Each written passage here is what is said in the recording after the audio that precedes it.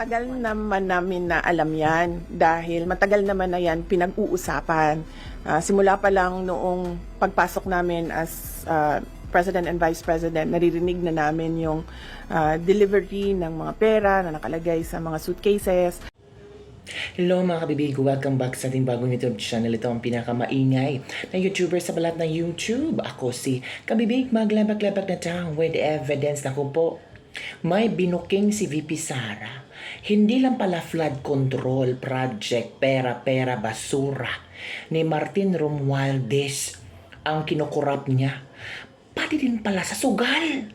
Naku kabibig, grabe ang mga revelasyon ni VP Sara, mga kabibig, kung saan mawiwindang ka talaga, masyasya ka talaga, na matagal na palang alam ni VP Sara ito. Matagal na palang alam ito ni BBM, mga kabibig. Nung kauupo pa lang ni VP Sara at BBM, meron ng bali-balita itong ginagawa ni Martin Romualdez. Male-maletang pera dinideliver sa bahay niya. Alam ni VP Sara to, pero anong ginawa natin? O, diba? Si VP Sara nagsabi na ang pera ng bayan ay hawak lang ng dalang tao, Martin Romualdez at Zaldico. Pero anong ginawa natin? Binash natin si VP Sara. Hoy, mga loyalista, mga bangagers, di ba? Binash nyo. Papansin ka lang, Sara. Paepal ka lang. Magsinungaling ka. Ngayon, ano na? Ano na ngayon? Sino ang hot issue ngayon? Zaldico. Di ba? Nasaan Zaldico na nagtatago? VP Sara, nandiyan sa Pilipinas as a working vice president at maraming programa siyang nagawa sa OVP. Ay eto kabibig, huwag kang masyak ha. I'm sure alam na natin to, pero ngayon lang talaga napag-usapan, ngayon lang na-connect, ngayon lang na therefore conclude tama si VP Sara. Eto kabibig, panoorin nyo si VP Sara at yung mga bangagers dyan na suporta ni Martin Romualdez na until now, sinasahuran pa rin ni Martin Romualdez na baguhin ang statement o awayin si VP Sara. Ay, eto na mga kabibig, mahihiya talaga kayo. Watch this video. Sa mga lumalabas sa Senate hearings, allegations of bags of money being delivered po kila Congressman Zaldico, Congressman Romualdez. You have any reaction on that? Billions of Matagal naman namin na alam yan dahil matagal naman na yan pinag-uusapan. Simula pa lang noong pagpasok namin as President and Vice President, naririnig na namin yung delivery ng mga pera na nakalagay sa mga suitcases. Pero ngayon lang siya lumabas in public dahil merong witness na nagsabi na siya mismo ang nagdadala nung mga suitcases na yon. Hindi siya odd for Martin Romualdez because he was already involved in heavy luggages doon sa Okada case. Kung maalala ninyo, doon sa State of Delaware case sa Amerika, nabanggit na yung pangalan niya doon at nabanggit na rin yung pangalan niya doon na tumatanggap ng pera na nakalagay sa luggages. So, ganun talaga yung modus nila. Hindi na ako nagulat, ma'am. Kasi nababalita naman na yan noon. Hindi lang natin napag-usapan in public kasi walang magsasabi na nakita ko, ginawa ko first hand kung ano yung nangyari. Di tulad ngayon na meron talagang isang tao na nagsabi na kung ano yung sistema, ano yung ginawa nila at paano nila ginagawa yun. Diba kabibig? Gulat ka? Huwag kang magulat. Matagal na yan. Hindi lang pinick up ng media. Ayaw nilang pag-usapan. Sabi pa nga ni Senator Dante Marcoleta, ang baho-baho ng media ngayon. Opo. Madaming bigayan, madaming bayaran sa mga media. Yung iba hindi naman niniwala sa media. Ito pa. Hindi makapigilan ni Martin Romualdez na magsalita tungkol sa pasabog ni VP Sara. Allegation daw yun ni VP Sara. Ito ha. Statement on the allegations made by VP Duterte. Sabi ni Martin ha. Narinig ko ang mga akusasyon. Diretsahan kong sasabihin, hindi totoo na ako'y tumatanggap mula sa illegal na sugal. Story mo yan. These stories about suitcases of cash are pure fiction.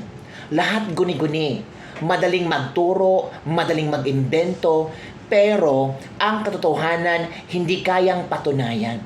Until today, wala pa ring ipinakitang ebidensya.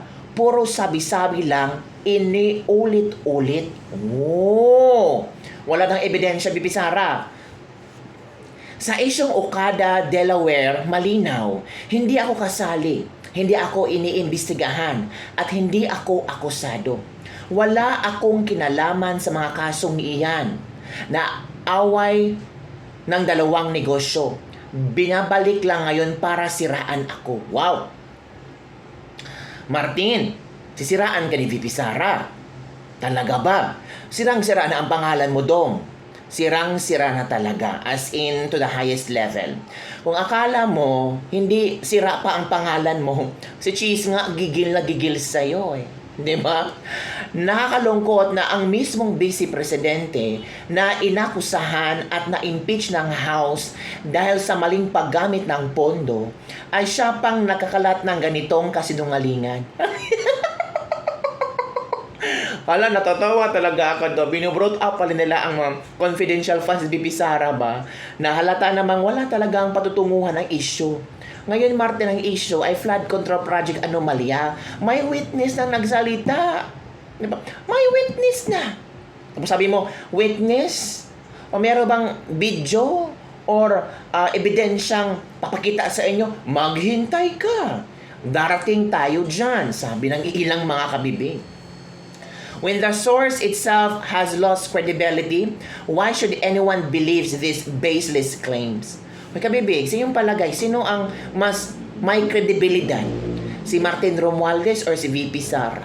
Take note, noon, sinabihan tayo ni VP Sara na ang budget ng Pilipinas ay hawak ng dalawang tao, Martin Romualdez at Zaldico.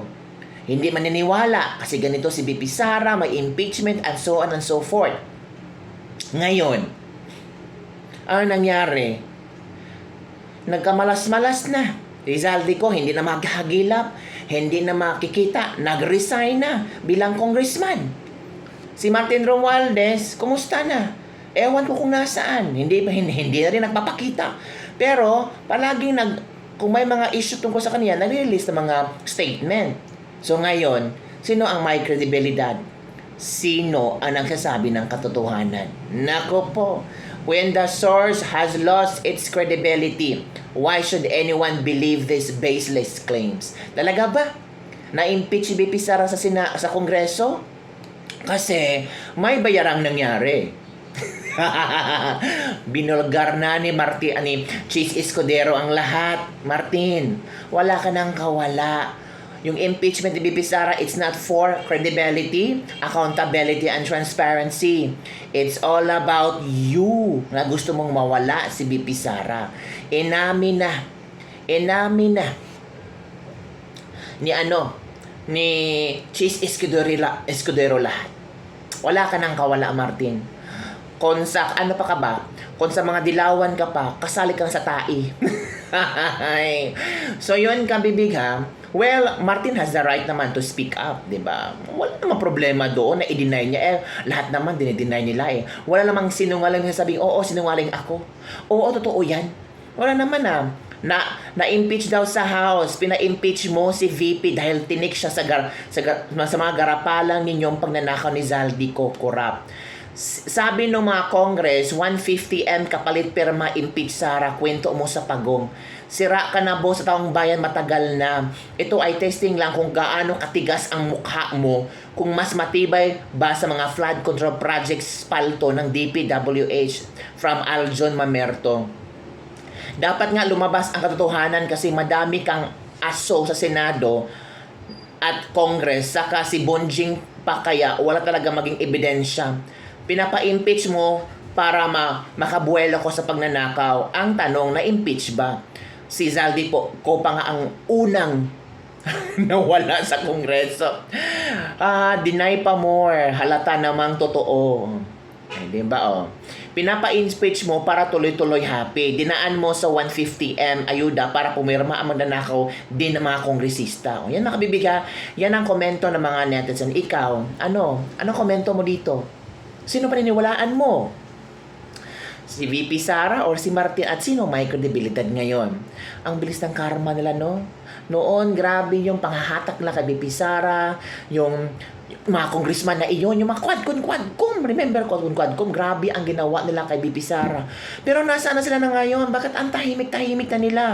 Kasi, ang panahon na yon ay para kay VP Sara. Lahat ng ginawa nila kay VP Sara, babalik sa kanila. Times 2, times 3. Tingnan mo kay Zaldico, nag-resign na. Sinong una na-impeach?